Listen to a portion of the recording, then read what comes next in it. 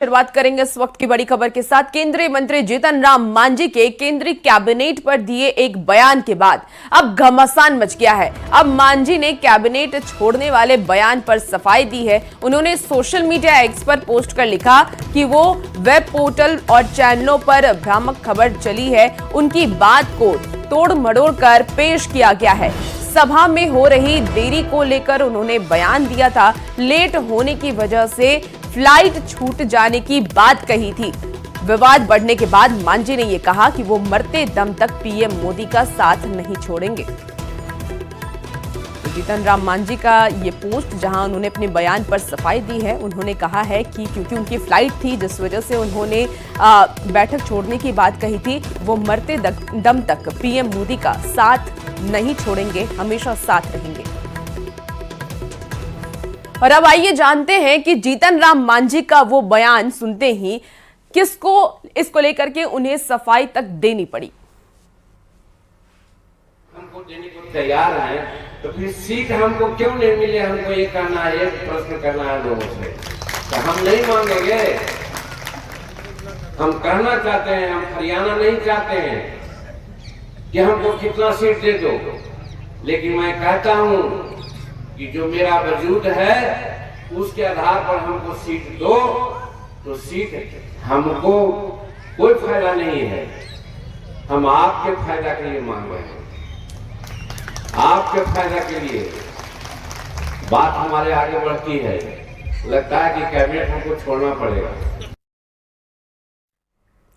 दरअसल मुंगेर में हम पार्टी का कार्यकर्ता सम्मेलन था जिसे में मांझी ने संबोधित किया। वहां मांझी ने वजूद के आधार पर सीट देने की मांग की और कैबिनेट छोड़ने की भी बात कही।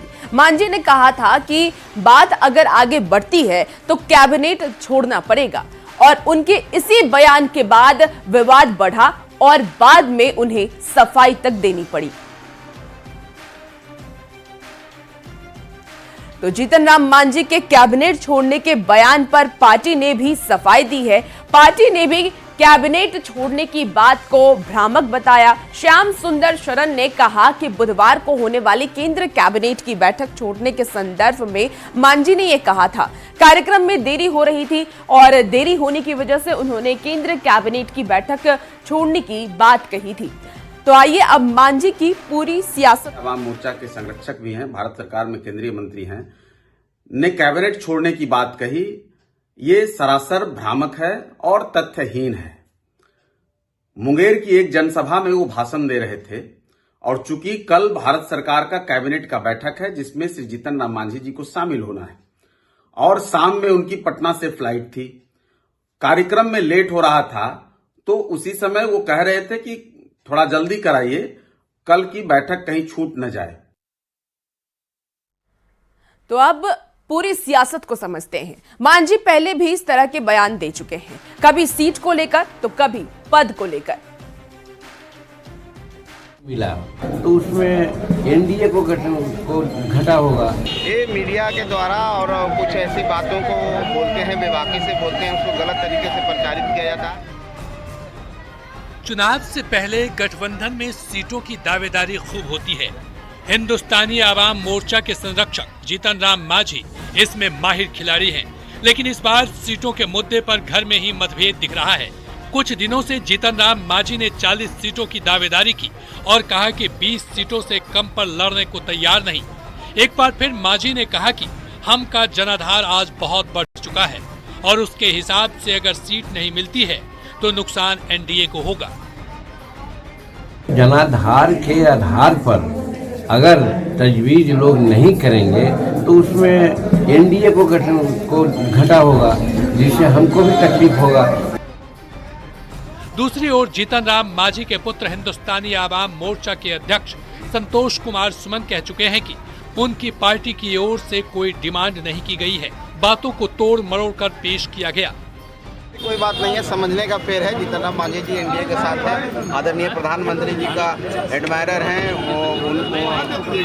उनके द्वारा किए गए कार्यों का वो हमेशा बखान करते हैं।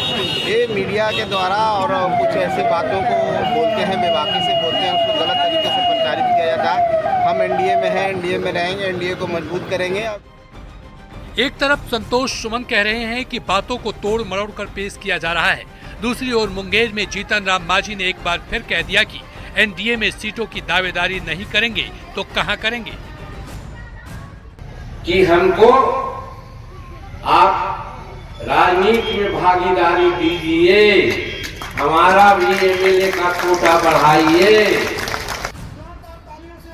सवाल है कि क्या सीटों के मुद्दे पर हिंदुस्तानी आवाम मोर्चा के अंदर ही घमासान मचा हुआ है या फिर 2020 की तरह जीतन राम मांझी 2025 में भी प्रेशर पॉलिटिक्स कर रहे हैं। Bureau report, news 18।